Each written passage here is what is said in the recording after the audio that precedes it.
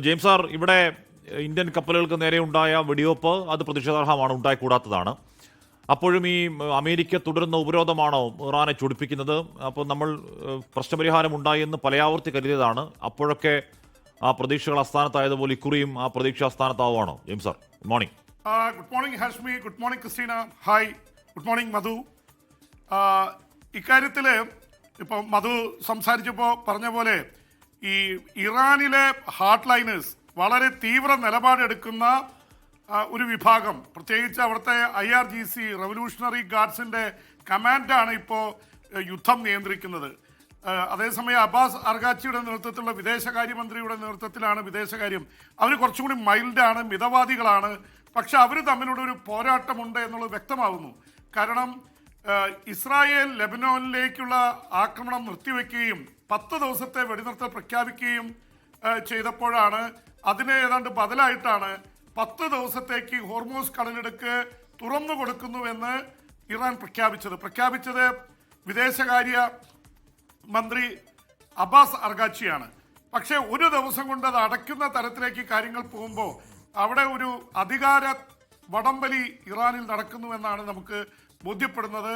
ഒരുപക്ഷേ അവിടുത്തെ speaker Mohammad Ghalibaf വലിയ രീതിയിൽ ഇത് പറഞ്ഞിരുന്നു.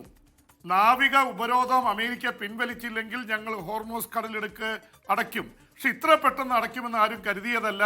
പ്രത്യേകിച്ച് കോൺവോയായി കപ്പലുകൾ പോയിക്കൊണ്ടിരിക്കുമ്പോഴാണ് പെട്ടെന്ന് അത് അടയ്ക്കുന്നതും IRGC ഇന്ത്യൻ കപ്പലിന് നേരെ വെടിയുതിർത്തതും. അത് വല്ലാത്തൊരു ഇതാണ്. ഒരു ഭാഗത്ത് പാകിസ്ഥാനെ കൂട്ടുപിടിച്ച് സമാധാന ശ്രമങ്ങൾക്ക് അമേരിക്ക ശ്രമിക്കുന്നു, ഇറാൻ അതിൽ കുറച്ച് വഴങ്ങുന്നു. ആ സമയത്താണ് ഒരുപക്ഷെ ഇറാൻ ഏറ്റവും കൂടുതൽ ആശ്രയിക്കാവുന്ന ഒരു കക്ഷിയാണ് ഇന്ത്യ. കാരണം പ്രത്യേകിച്ച് ഇറാന്റെ കപ്പല് കൊച്ചിയിൽ സംരക്ഷിച്ച് നിർത്തിയതും അവരെ സംരക്ഷിക്കുന്ന, അവിടുത്തെ സൈനികരെ സംരക്ഷിക്കുന്ന ഇന്ത്യയാണ്.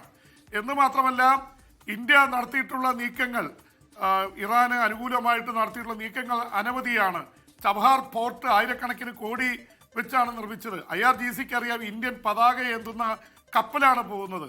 അപ്പോൾ ആ കപ്പലിന് നേരെ കയറി ഇറാന്റെ റവല്യൂഷണറി ഗാർഡ്സ് ആക്രമണം നടത്തിയെന്ന് പറഞ്ഞാൽ ഈ മിതവാദികളായിട്ടുള്ള ഇന്ത്യയായിട്ട് നല്ല ബന്ധം പുലർത്തുന്ന വിദേശകാര്യ വകുപ്പിനെ അതിജീവിച്ചുകൊണ്ടാണ് ഇന്ത്യക്ക് നേരെ ഈ ആക്രമണം നടന്നിരിക്കുന്നത്. അതിൻ്റെ അർത്ഥം ഇന്ത്യയെ കൂടി ഇതിലേക്ക് വലിച്ചടയ്ക്കുക എന്നുള്ളൊരു ലക്ഷ്യം അവരുടെ പിറകിലുണ്ടോ എന്ന് നമ്മൾ സംശയിക്കേണ്ടിയിരിക്കുന്നു. കാരണം ഇന്ത്യൻ കപ്പൽ ആക്രമിക്കപ്പെട്ടതോടെ ഇന്ത്യയുടെ യുദ്ധക്കപ്പലുകൾ നമ്മുടെ സൈനിക വിന്യാസം ഹോർമൂസ് കടലിടുക്കിന് അടുത്തേക്ക് നീങ്ങുകയാണ്. അവിടെ വലിയ രീതിയിലുള്ള പ്രസൻസിലേക്ക് പോകുന്നു. ഇന്ത്യ കൂടി ഈ യുദ്ധത്തിലേക്ക് വലിച്ചിഴക്കപ്പെടുന്നു എന്ന തരത്തിലേക്കാണ് കാര്യം. എന്ന് മാത്രമല്ല ഇന്ത്യ ഇറാന്റെ അംബാസഡറെ വിളിച്ച് പ്രതിഷേധം അറിയിച്ചിട്ടുണ്ട്.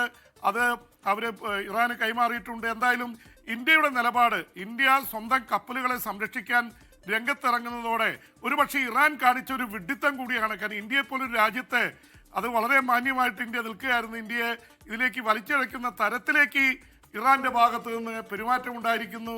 എന്തായാലും കാര്യങ്ങൾ എന്താ പറയുക, പ്രതീക്ഷ നൽകുന്ന സമയത്താണ് അവിടെ ഹോർമൂസ് കടലിടുക്ക് ഇറാൻ അടച്ചിരിക്കുന്നത്. അവസാനം പോയ കോൺവോയിൽപ്പെട്ട ഇന്ത്യൻ കപ്പലിന് നേരെയാണ് വെടിവെപ്പുണ്ടായത്.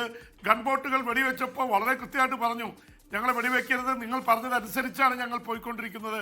ഫലത്തിൽ വലിയ കേടുപാടുകളൊന്നും സംഭവിച്ചതായി പറഞ്ഞിട്ടില്ല. പക്ഷേ ഇന്ത്യൻ പതാക ഏന്തുന്ന കപ്പലിന് നേരെ IRGC വെടിവെച്ചു എന്നുള്ളത് ഒരു വലിയ മുന്നറിയിപ്പും ഒരു തരത്തിൽ ഇന്ത്യയെ പ്രകോപിപ്പിക്കാൻ ഉദ്ദേശിച്ചിട്ടുള്ളതാണ്. ഇത് പാകിസ്ഥാന്റെ കരങ്ങളുണ്ടോ എന്ന് നമുക്കറിയില്ല. എന്തായാലും ഒരു കാര്യം വ്യക്തമാകുന്നു, ട്രംപിന്റെ ഭീഷണിക്ക് ഇറാൻ വഴങ്ങുന്നില്ല. ചർച്ചകൾ പോലും നാളെ ചർച്ച നടക്കാനിരിക്കുകയായിരുന്നു ഇസ്ലാമാബാദിൽ, അത് നീട്ടിവെക്കുന്ന അവസ്ഥയിലേക്ക് എത്തി.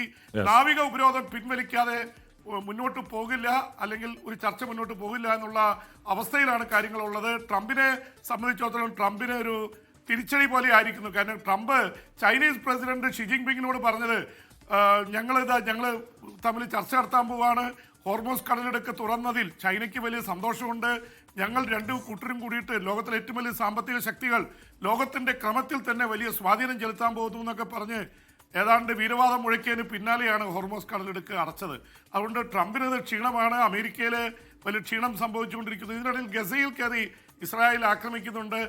ബെഞ്ചമിൻ നെതന്യാഹുവിനെ എവിടെയെങ്കിലും ആക്രമിച്ചുകൊണ്ടിരിക്കണം. ഇപ്പം ലെബനോനിൽ ആക്രമണം നിർത്തിയപ്പോഴാണ് ഗസയിൽ നടത്തിയ ആക്രമണത്തിൽ 2 ട്രക്ക് ഡ്രൈവർമാർ യൂണിസെഫിന്റെ കൊല്ലപ്പെട്ടിട്ടുണ്ട്.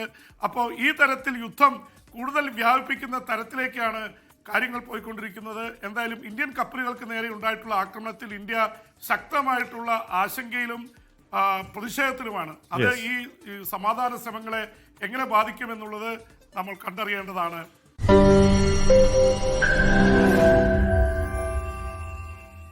ലോകത്തെവിടെയായാലും ഏത് സമയത്തും 24 വാർത്തകളും ഓഗ്മെന്റഡ് റിയാലിറ്റി പാക്കേജുകളും എക്സ്പ്ലെയിനറുകളും വിശദമായി കാണാൻ ഞങ്ങളുടെ യൂട്യൂബ് ചാനൽ നിങ്ങൾക്ക് സബ്സ്ക്രൈബ് ചെയ്യാം.